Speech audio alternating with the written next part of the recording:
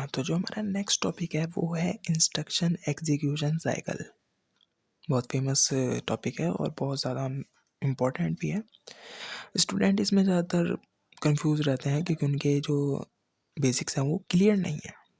Basic अपने clear करने बहुत ज़्यादा ज़रूरी है। इंस्ट्रक्शन एग्जीक्यूशन साइकिल समझते में होता क्या है।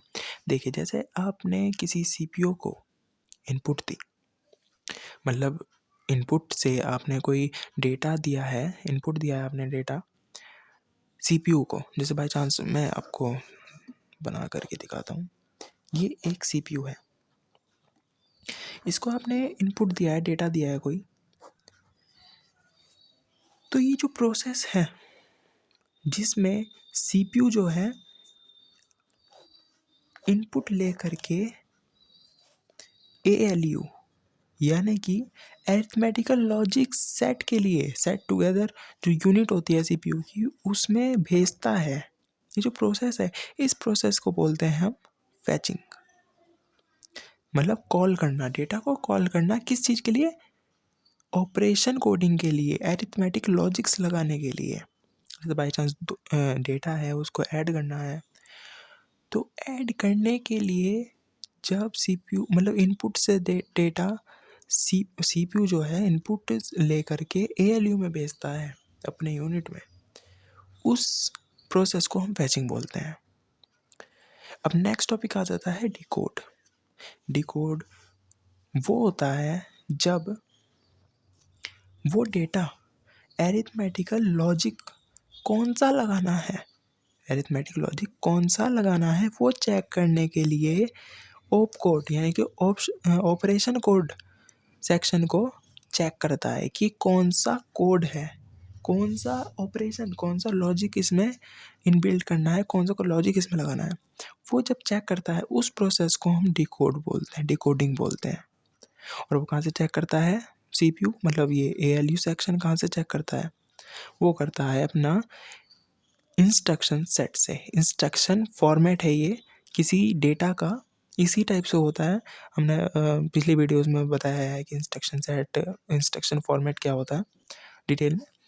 उससे आप देख सकते हैं कि इंस्ट्रक्शन फॉर्मेट में 3 ब्लॉक होते हैं। ऑपरेंड जिसमें आपका डेटा का एड्रेस होता है, ऑप कोड जिसमें लॉजिक लिखे जाते हैं, और मोड में आपका ये होता है कि जो ऑपरेंड है उसमें डेटा है या फिर डेटा का एड्रेस है। अगर डेटा का एड्रेस है तो मोड में इनडायरेक्ट लिखेंगे, तो इनडायरेक्ट रिप्रेजेंट करने के लिए 1 लिखते हैं।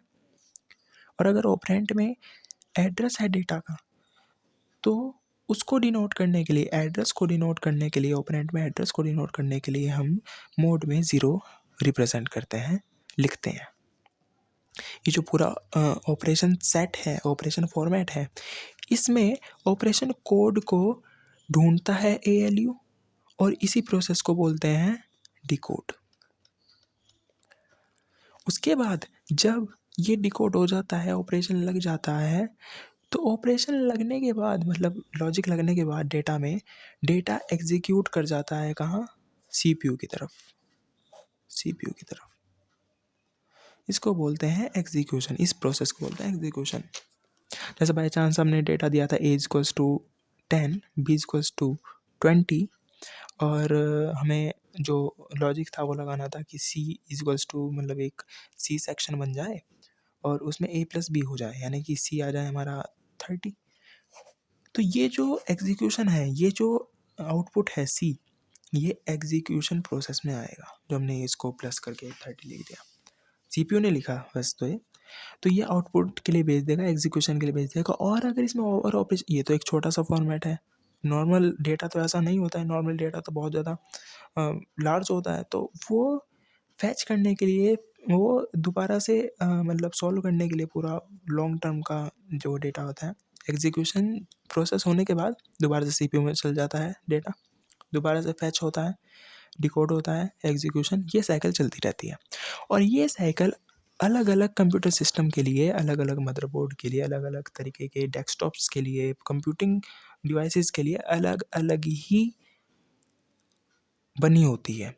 जैसे किसी में फैच हो सकता है, डिकोड, एग्जीक्यूशन, ये आगे पीछे भी हो सकते हैं। बट मेजरली डेस्कटॉप में, कंप्यूटिंग सिस्टम में जो इंस्ट्रक्शन एग्जीक्यूशन साइकिल होता है सीपीयू के अंदर का, वो इसी तरीके से डिज़ाइन किया जाता है।